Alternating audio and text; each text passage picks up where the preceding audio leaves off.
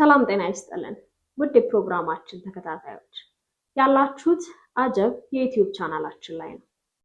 የራሻው ፕሬዝዳንት ቭላዲሚር ፑቲን ከእንግዲህ በኋላ የምናመልከው ጥቁሩን ኢየሱስ ክርስቶስ ነው ሲሉ መናገራቸውና ኢየሱስ ክርስቶስ ጥቁር መሆኑን የሚያሳዩ ቅዱሳት ስዕላት በራሻ ካቴድራል ለህዝብ ይፋ መደረጋቸውን ተከትሎ ስለተነሳው ውዝግብ እናስቃኛችኋለን። እስከ ፕሮግራማችን ፍጻሜ ድረስ አብራችሁን ሁኑ።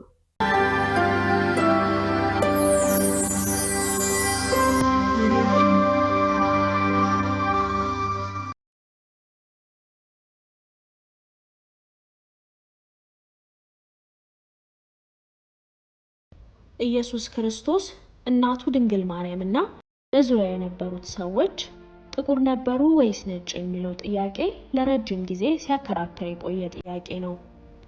አውሮፓ ለበርካታ ምዕት ዓመታት ኢየሱስ ክርስቶስን እንደ ነጭ፣ ሰማያዊ ዓይኖች፣ ረጅም ጸጉርና ረጅም ቁመት ያለው ሰው እንደነበር አድርጋ ለማሳየት ሞክራለች።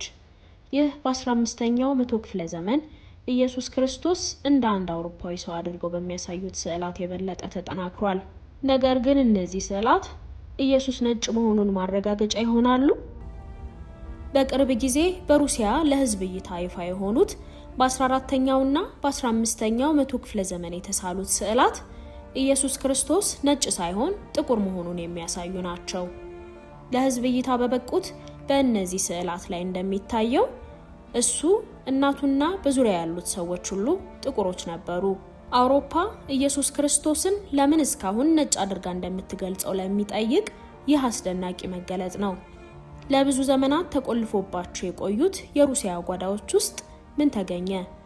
የመጽሐፍ ቅዱሳዊ አስተምህሮቶችን መረዳት ሙሉ በሙሉ በሚቀይሩት በእነዚህ ካዝናዎች ውስጥ በተገኙት ስዕላት ላይ የታዩት ሰዎች ምን አይነት ናቸው? በቅርቡ የሩሲያው ፕሬዝዳንት ቭላዲሚር ፑቲን ከሩሲያ በጣም የተቀደሱ ቅዱሳት ስዕላት ጥቂቶቹን ከሙዚየም ወደ ሞስኮ ካቴድራል እንዲዛወሩ ማዘዛቸውን የሚገልጽ ዜና ወጣ። ለበርካታ ዓመታት እነዚህ ስዕላት በጓዳዎች ውስጥ ተቆልፎባቸው ቆይተዋል። አሁን ግን ዓለም እነሱን ለመመልከት እድሉን አግኝቷል። ይህም ስለ ኢየሱስ ክርስቶስ፣ ስለ እናቱና ስለ ደቀ መዛሙርቱ ያለንን ግንዛቤ በመሰረታዊነት የሚቀይር ሆኗል። እነዚህ ስዕላት የሩሲያ አይኮኖች ይባላሉ። የኢየሱስን ዘመንና ሕይወቱን የሚያሳዩ በመቶዎች የሚቆጠሩ ስዕላት ስብስብ ናቸው። አባ ቭላድሚር ኢቫኖቭ ስለ እነዚህ ቅዱስ የጥበብ ስራዎች ታሪክ፣ ተምሳሌታዊነትና መንፈሳዊ ጠቀሜታ ግንዛቤዎችን የሚሰጠውን የሩሲያ ኢኮኖግራፊን በጥልቀት ይዳስሳሉ። በዘርፉ ታዋቂ በሆኑት ኤክስፐርት አባ ኢቫኖቭ የተጻፈው የተለያዩ ገጽታዎችን የሚሸፍን የሩሲያ ቅዱሳት ስዕላት አጠቃላይ እይታን ለአንባቢዎች ያቀርባል። እነዚህ የጥበብ ስራዎች የተለያዩ አጋጣሚዎችን ቢያሳዩም በአንድ ነገር ግን ተመሳሳይነት አላቸው። ሁሉም ኢየሱስ ክርስቶስን፣ ድንግል ማርያምን፣ ደቀ መዛሙርቱንና መላእክትን እንኳን ሳይቀር ጥቁር አድርገው የሚያሳዩ መሆናቸው ነው። አባ ኢቫኖቭ በሩሲያ አይኮኖች ወይም ቅዱሳት ስዕላት ውስጥ ጥቅም ላይ የዋሉትን ስነ ጥበባዊ ቴክኒኮች፣ የእንቁላል ቴምፔራ ቀለም፣ የወርቅ ቅጠል፣ የካህናት አሳሳል ስልትና ጥበባዊ አቀራረጾችን ጨምሮ ኦርቶዶክሳዊ የቅዱሳት ስዕላት አሳሳሎችን ያብራራሉ። በኦርቶዶክስ የአምልኮ ልምምዶች ውስጥ የአይኮኖግራፊን ሚና በመመርመር የቅዱሳንን ክብርና በግልና በሕዝብ አምልኮ ውስጥ ያላቸውን ጠቀሜታ ጨምሮ መጽሐፉ ቅዱሳት ስዕላቱ በአማኞች መንፈሳዊ ሕይወት ላይ ያላቸውን ጥልቅ ተጽዕኖ ያብራራሉ። ይሁን እንጂ በዚህ ስዕል ውስጥ አንድ አስደንጋጭ ነገር አለ። በስዕሉ ላይ የሚገኙት ሁሉም ሰዎች የቆዳ ቀለማቸው ጥቁር ነው። በተለምዶ ሴቪየር ኢን ጎልደን ሬዛ የሚባለው ታዋቂ ስዕል በወርቃማ ሬዛ ያጌጠ የኢየሱስ ክርስቶስን ምስል ያሳያል። በኦርቶዶክስ ክርስትና ወግ ሬዛ ብዙውን ጊዜ ከወርቅ ወይም ከብር የተሰራ ስዕል አድህኖን የሚያስጌጥ የብረት መሸፈኛ ወይም ፍሬም ነው። በባህላዊው የኦርቶዶክስ አሳሳል የስዕሉ ዋና ትኩረት በስዕል አድህኖ ውስጥ የሚታየው ኢየሱስ ክርስቶስ ነው። በተለምዶ መለኮታዊ ተፈጥሮን እንዲያመለክት በጭንቅላቱ ዙሪያ በብርሃናማ ቀለም ክብ ሃሎ ተደርጎበት ይሳላል።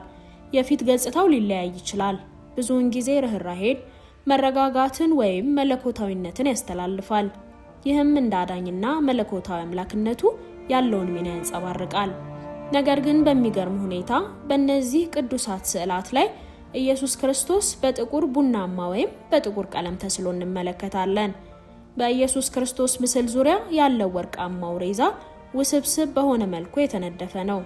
የተራራቁ ቅጦች፣ ቅርጻ ቅርጾችና አንዳንዴም የከበሩ ድንጋዮች ይታያሉ።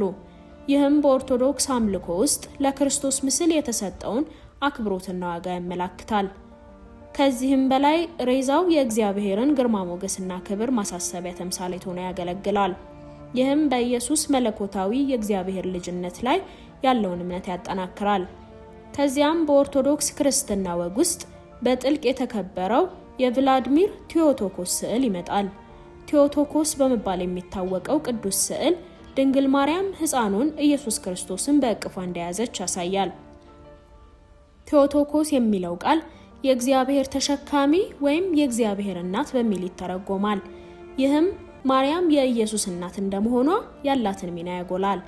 የሚገርመው ኢየሱስና እናቱ ነጭ ተደርገው አይደለም የተሳሉት። ቆዳቸው ወደ ጥቁር ቀለም ያዘነብላል።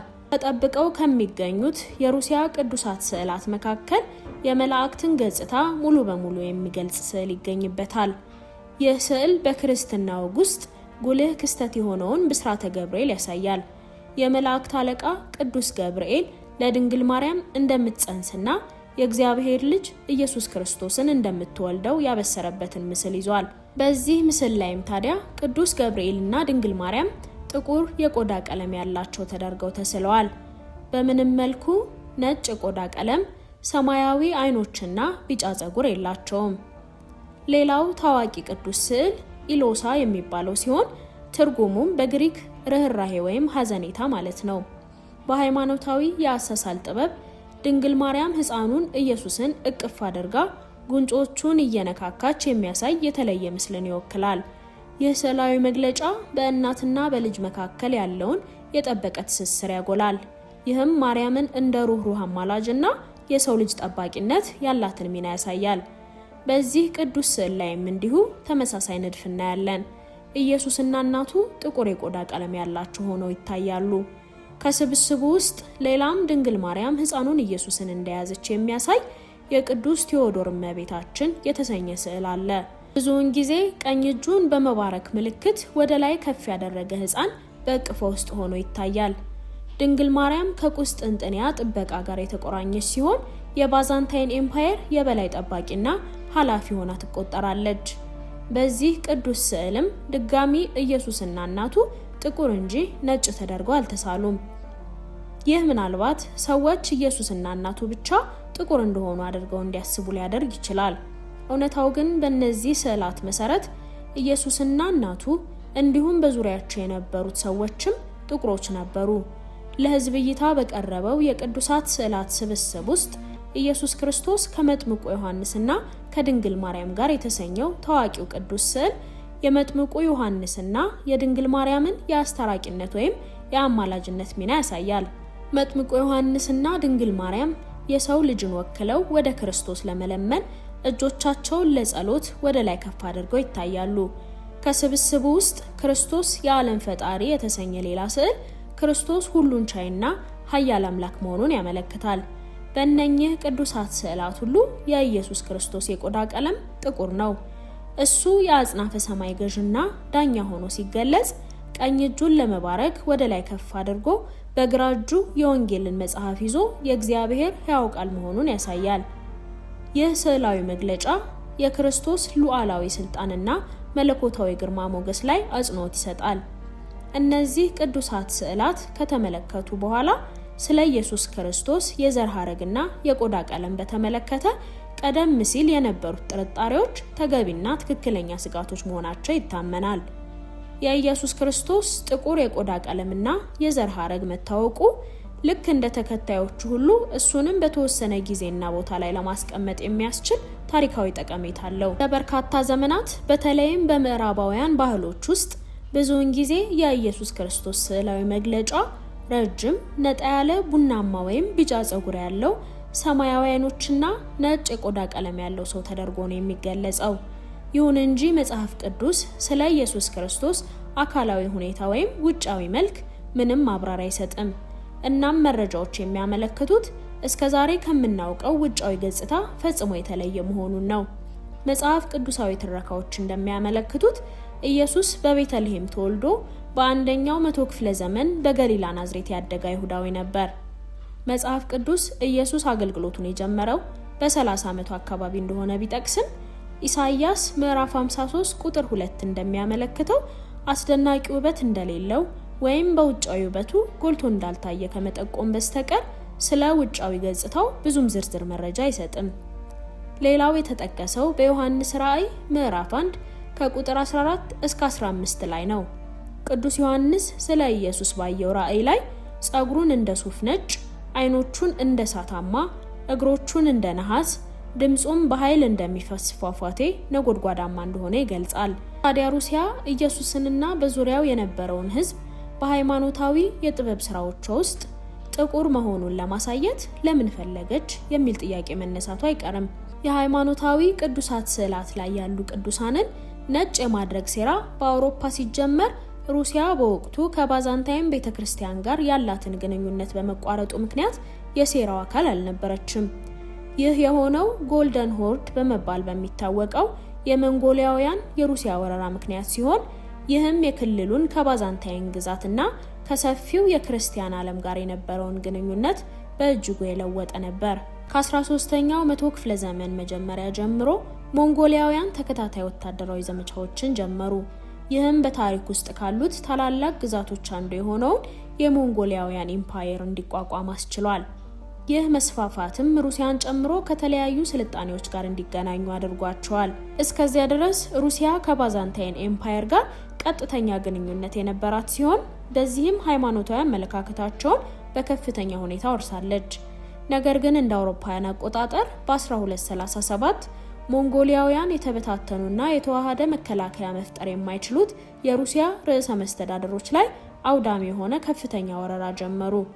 ወረራው በ1238 በሲት ወንዝ አቅራቢያ በሞንጎሊያውያን ድል አድራጊነት ተጠናቀቀ። የሞንጎሊያውያን ወረራ ሩሲያ ከባዛንታይን ኤምፓየር እና ከሰፊው የክርስትና ዓለም ጋር ያላትን ግንኙነት በእጅጉ ቀይሮታል። ከወረራው በፊት ሩሲያ ከባዛንታይን ጋር በተለይም የምስራቅ ስላቭ ህዝቦች የባዛንታይን ክርስትናን ተቀብለው ስለነበር በሃይማኖታዊ ጉዳዮች ዙሪያ የጠበቀ ግንኙነት ነበራት። ስለዚህም የሩሲያ ኦርቶዶክስ ቤተክርስቲያን የባዛንታይን ዋና ከተማ የሆነውን ቁስጥንጥንያን እንደ መንፈሳዊ ማዕከል አድርጋ ተቆጥረው ነበር። ይሁን እንጂ የሞንጎሊያውያን ወረራ እነዚህን ከሩሲያ ጋር የሚደረጉ ግንኙነቶች በከፍተኛ ሁኔታ አበላሽቷል። በሞንጎሊያውያን ቁጥጥር ስር የነበሩት የመገናኛና የንግድ መስመሮች መድከም ከባዛንታይን ጋር ያለው ግንኙነት እንዲቋረጥ ምክንያት ሆነ። በተጨማሪም ሞንጎሊያውያን አስተዳደራዊ መዋቅሮቻቸውን በሩሲያ ላይ ሲጭኑና አልፎ አልፎ ከቤተ ክርስቲያኗ ጋር ግጭት ውስጥ ሲገቡ ወረራው የሩሲያ ኦርቶዶክስ ቤተክርስቲያንንም አስጨነቃት። ከወረራው በፊት ሩሲያም ሆነ የባዛንታይን ኤምፓየር ተመሳሳይ የጥበብ ስራዎች እንደነበሯቸው ይታመናል። ይሁን እንጂ ከወረራው በኋላ ለተጨማሪ 250 ዓመታት በሞንጎሊያውያን አገዛዝ ስር ከቆየችው ሩሲያ በተለየ በባዛንታይን ሃይማኖታዊ የጥበብ ስራዎችን ነጭ የቆዳ ቀለም ባላቸው ምስሎች መተካት ተጀመረ። በዚህም ምክንያት ሩሲያ ኢየሱስ ክርስቶስና በወቅቱ የነበሩት ህዝቦች እንደ ጥቁር የሚታዩባቸውን ሃይማኖታዊ የጥበብ ስራዎችን በመጠበቅ ረገድ ብቻዋን ጸንታ ቆመች። የተቀረው አውሮፓም እንደዚህ አይነት የጥበብ ስራዎችን ነጭ የቆዳ ቀለም ባላቸው ሰዎች ሲቀይር መኖሩንና እስካሁን ድረስ ኢየሱስ እናቱና ህዝቡ በተሳሳተ መንገድ መሳላቸውን በሩሲያ ውስጥ ያሉት ሃይማኖታዊ የጥበብ ስራዎች አሳማኝ ማስረጃዎች ሆነው ቀርበዋል። የኢየሱስን ትክክለኛ የቆዳ ቀለም መደበቅ ለዘመናት ትርክቱ እንዲቀየር አድርጎት ኖሯል። ይህ ትርክትም ኢየሱስን የነጮች ብቻ አዳኝ አድርጎ ከማቅረቡም በተጨማሪ የነጮችን የበላይነት የሚሰብኩበት መሳሪያቸውም ጭምር ነበር። ይህ ደግሞ ከኢየሱስ ክርስቶስ እውነተኛ ታሪክና ዓላማ ጋር የማይጣጣም ነው።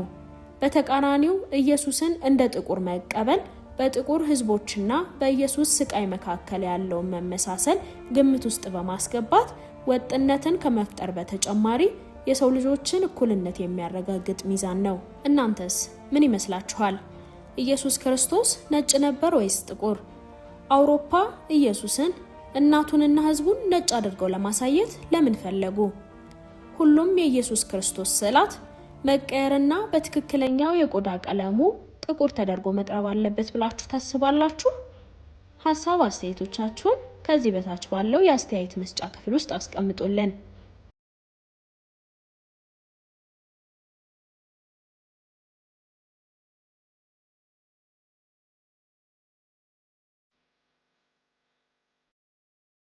ውድ ተመልካቾቻችን ለዛሬ ያዘጋጀንላችሁ ፕሮግራም የተከታተላችሁትን ይመስል ነበር።